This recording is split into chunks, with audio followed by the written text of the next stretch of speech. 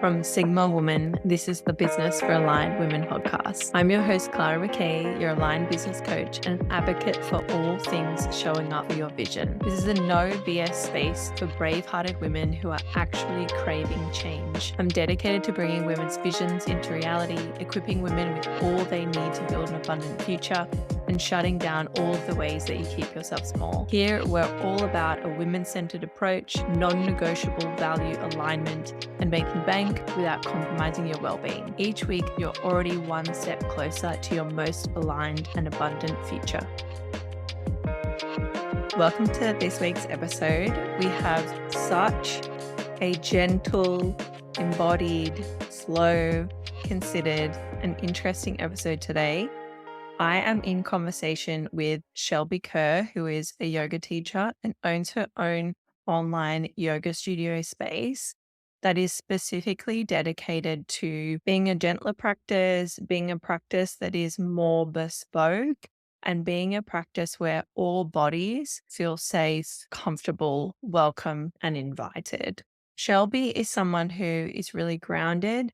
She's really walking the talk. She has a daily physical yoga practice, but she's also embodying the ethics of yoga throughout her life. She has committed to making yoga a more welcoming space. I think she saw a gap in the market and a huge need for people who didn't feel welcome or supported in a traditional yoga studio space to have an avenue to build their practice, their confidence, and their skills. I know in my own experience that certain body types, certain ages, certain levels of skills in most of the yoga studios that I have practiced in and that I have taught in, they were not open to a broad range. They were a very fixed idea of what a yoga student was and what they are allowed to be like. So many yoga teachers, yoga studios, there's a huge link and correlation with yoga and eating disorders. There's a huge link and correlation between yoga teaching, body image, body dysphoria, and disordered eating. And I think a lot of that is derived from it needing to look perfect and it needing to only look a certain way in order to be accepted. I know for myself, as someone who's mid-sized, who's never been skinny mini, that was a big deal in teaching. And it was something that I always had to push up against. I think I talk about it in this conversation. And even so much as working at a really fancy yoga studio in Melbourne, they wouldn't even reshare my social media because I wasn't like a size 6. So people who are outside of the yoga industry might not even think about this stuff, but the people who are within it definitely see that there's a huge need. And I know that I've had clients in the past who I've said, it would be so good for you to go and do a yin yoga class or a restorative yoga class. And they've just been like, no way, because I'm too old, or I'm too this, or I'm too that. And I just would not feel comfortable going into that studio space. So Shelby has created this where you can explore your own body, connection to your body, develop your practice without all that judgment, criticism, and the kind of parameters of what is allowed and not allowed within the yoga space.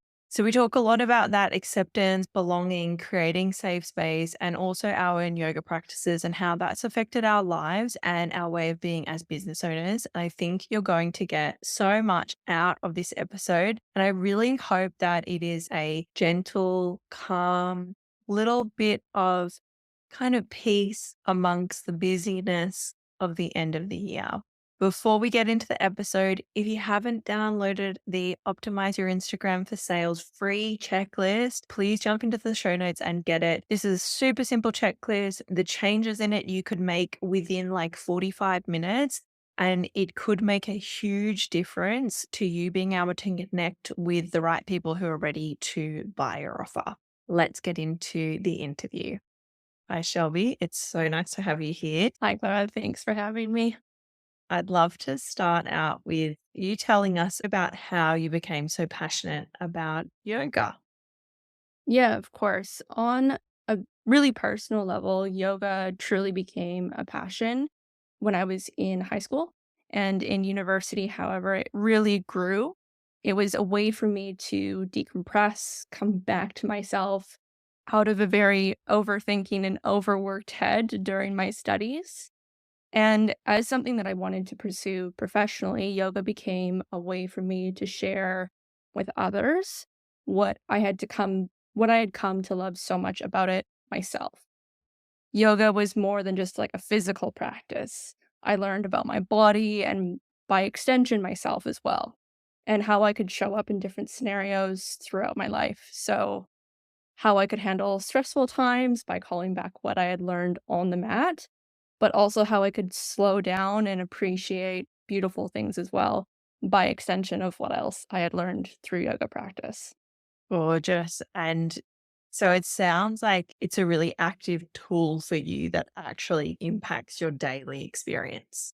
100%. It's definitely, for me personally as well as professionally, it's a tool that I use in my day to day, as well as a tool that I try and impart on my students. And just because there's so many connotations with this word yoga and people hear yoga and they have their own thing that they put onto it, but it sounds like for you that it's a little bit more about mental health. We could definitely view it as a mental health tool. I think that there's a common misconception that yoga is just a physical practice. It's just about shapes. That's a misconception. Yoga is a means of self expression. It's respect for your energy, my energy, others. It is about moving our body, but also how this aligns on a deeper level. Yeah, I love that. It sounds simple, but taking the time. One thing about it's the same with every exercise, but yoga especially because you can fall over pretty easily in a lot of the poses. You really have to be aware of where your body is in space and where certain parts are in relation to other parts. And if you're someone who's anxious or stressed, or you're really in your head or you're out of your body, it's a way to come into pretty quick embodiment and back to that grounded physical space. Yeah, definitely. That's one thing that so drew me to it, especially through university, was that embodiment, the fact that I had to be present with what I was doing, how I was moving, and it takes you out of a very, yeah, overthinking, overworked sort of state. It gives you, especially if you've got a lot of anxiety or a lot of thoughts, it gives you a bit of a break from them. Yeah, and a break from the thoughts sometimes is great. And I love to hear that since you're a teenager, so I can't remember exactly how old you are. So that's at least ten years, isn't it? Yeah, I'm 28 now, so I've Yeah. actually been practicing since I was about 14. So, I would say almost half my life I've been practicing, which is kind of crazy to think about in a way, but I was really fortunate to be able to start practicing when I was young and learn certain things about my body from such a young age. I know it's a privilege that I have, but yeah, definitely a bonus. Yeah. And I think it's important to say it out loud and call it out because without judgment, there's a lot of people who find yoga in their late 20s, do their YTT straight away and start selling it. And it's a very different experience when it's something that you've been playing with and exploring, carrying through different phases of your life for quite a while. Yeah, and yoga is something that can carry you through those different phases. It doesn't have to just be a stagnant practice, a very set and rigid thing. The thing that I find so beautiful about it is the fact that it is flexible, adaptable. It can carry you through those different phases of your life. You can take it with you. You can do it in the studio. You can practice with friends. There's different modes and different aspects to yoga that can be applicable at different points in your life. Yeah, it can morph to what you actually need. Exactly. Yeah. Yeah. So, speaking of that, I'd love, because it's a quite big word that has a lot of connotations and a lot of projections, I'd love for you to tell the audience what yoga actually means to you. Yoga to me is self expression. It's respect for my energy, the way that I show up in my day. It's also respect for others. And it's a way of moving my body in a way that aligns with the way that I'm feeling, really simply. And used the word respect a lot already. Can you talk a little bit about that? Yeah. There's a misconception I'll go back to it that yoga is just about these postures and a physical practice. And the reason why I use the word respect is because in order to show up in the best way that you can in a yoga practice, you need to respect yourself and the way that you're feeling. If you feel really run down and just not high energy levels, you shouldn't be pushing yourself to do a really hard physical practice. So, in order to respect and honor yourself, your energy, you should probably do some self reflection. And I think this is a part of yoga. What yoga can teach us is that self reflection piece to practice in a way that honors that energy. So, that respect aspect. Yeah, I love that. And that could also come into every part of life and especially business as well, to take that moment to connect, acknowledge, and move accordingly. Yeah, definitely. And that's one thing that I've taken is how I'm meant to be showing up in my business, the way I'm meant to be showing up in my daily life. And yoga has taught me those lessons throughout the years. Yeah, so interesting. You mentioned, and I know it's the same for myself, that how you approach yoga changes according to the phase of life or what you need. So, as of today, what do you think of as your daily or weekly yoga practice? Yeah, because it is winter, it is very cold, and we're looking for a lot of warming aspects. Right now, it's been a little bit slower. I haven't been focused on a really strong physical practice. A lot of what I've been doing has been more internal reflection. I do practice nidra almost every evening. Yoga nidra, I think, is a beautiful practice, really great for these winter months, especially when we are, we need that rest, we need that rejuvenation. Sometimes I will be moving into some yin classes if I'm feeling stiff because of the cold.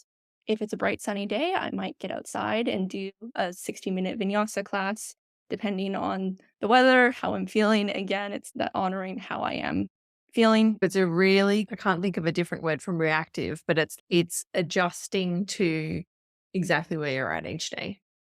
Exactly. Yeah, like this morning, for example, I woke up and it was quite early. It was extremely cold this morning. I knew that I needed to take the dog for a walk, but I wanted to just move and warm up my body a little bit before we got outside, before we went on a big walk.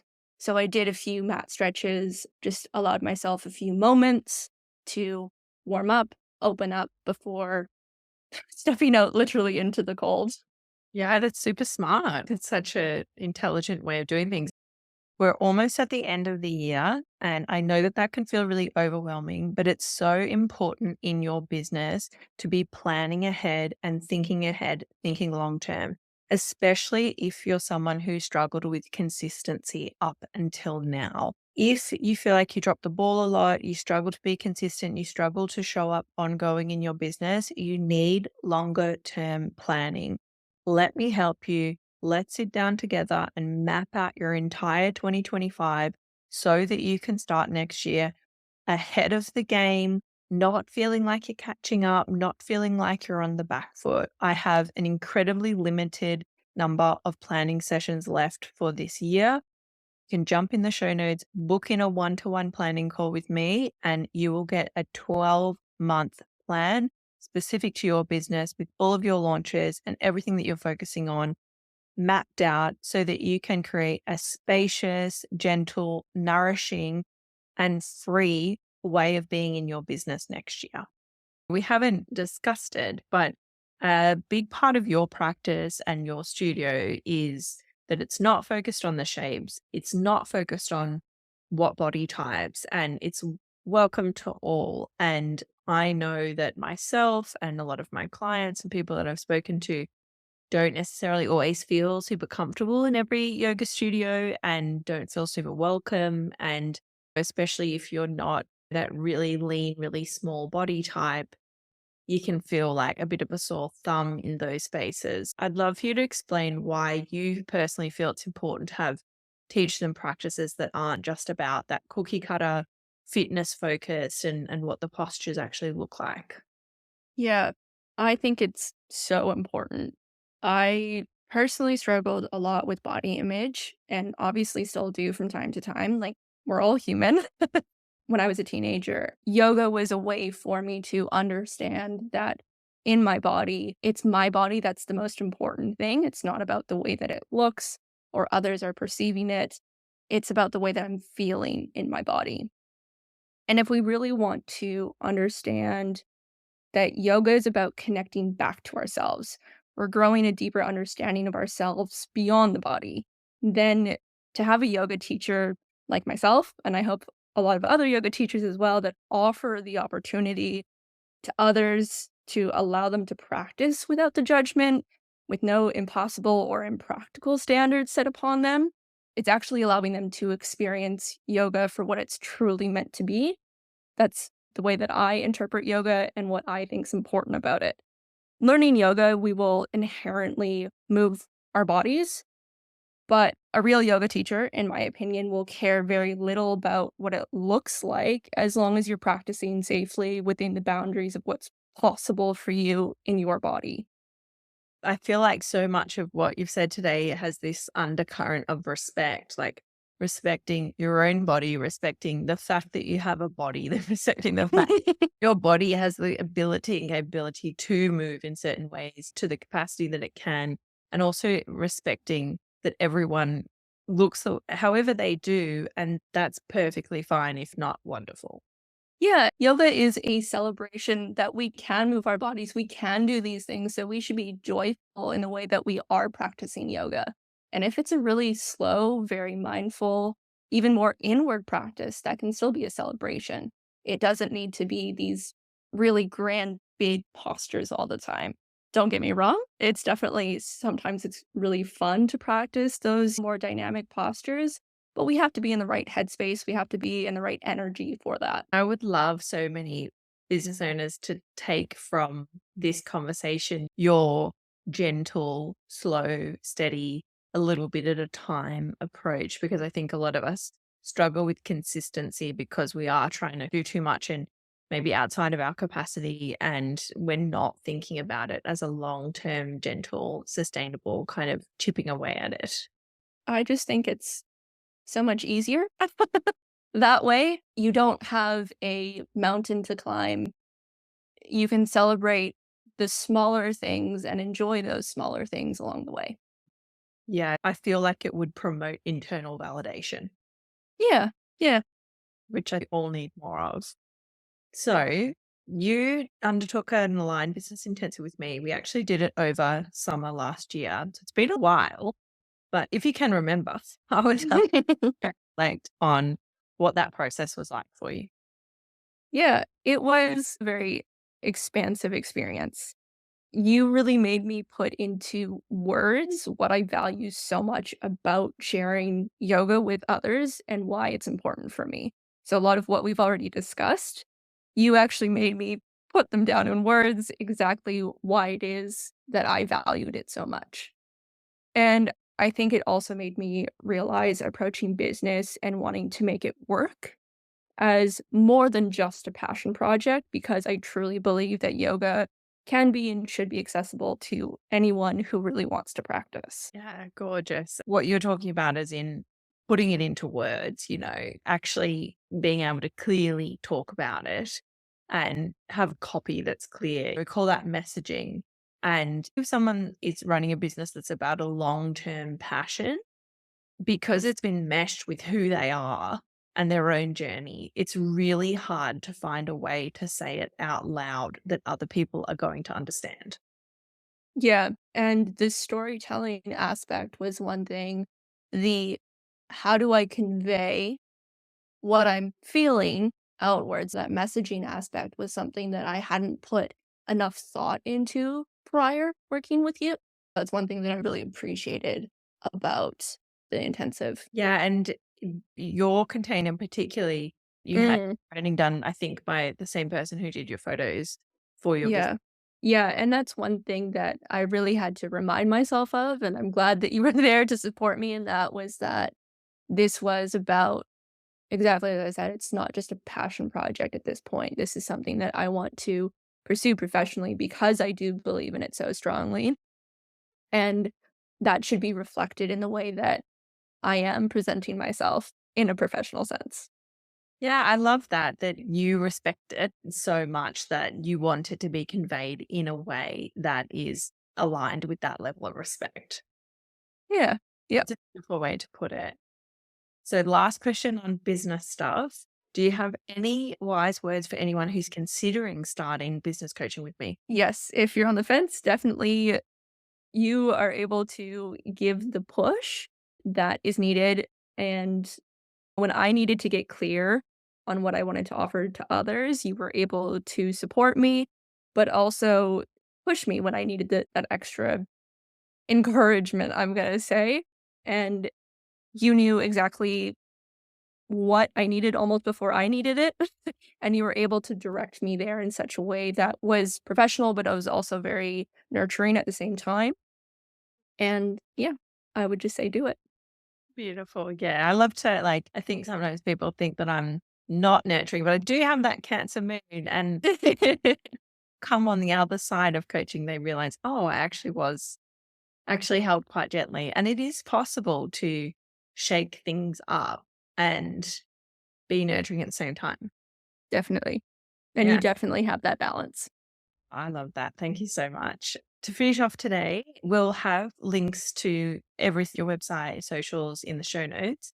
But what's the best place for people to get started working with you and maybe trying this practice that's probably very different to what they've experienced before? I have Shelby Kerr Yoga, the online studio, and the membership is a great place to start. There is a membership with a weekly routine set so that people can get a taste of different classes available. This is a practice that obviously is designed for it to suit your schedule, and the membership just takes it to the next level. I would love it if anyone would want to join. If people are interested in reaching out on Instagram or TikTok, you can also find me there and as well as YouTube. Gorgeous. And I know one thing that I think is important about your membership, you have all different types of classes and also all different lengths of time, right? Definitely, yeah, that's actually thank you for mentioning that. Yes, there is different styles of classes, and the reason why I focus on different styles of classes is because I think that adaptability, that flexibility within our practice is so vitally important. Also why there's different times, because we do all live and lead different and exciting lives. Sometimes we don't all have 60 minutes to take out of our day. There's different times, different class styles for everybody. Love that. So inviting everyone listening to check out a non-judgmental, fully welcome, non-dogmatic, and really flexible, no pun intended, way yoga. Thank you so much for your time today, Shelby. Thank you so much for having me. If you can't tell, getting to share this time with you is something that I find truly sacred. I know that you're busy, but if you've taken anything away from our time spent together today, could you extend the love and share this episode with a friend, your community, or on your socials? Tag me so that I can see it and I can share it too. Or when you have a spare moment, leave the podcast for review. These things cost you nothing and will mean so much to me. Let's get this resource into the hands of more women visionaries and help us collectively move towards our most aligned way of being and doing business together.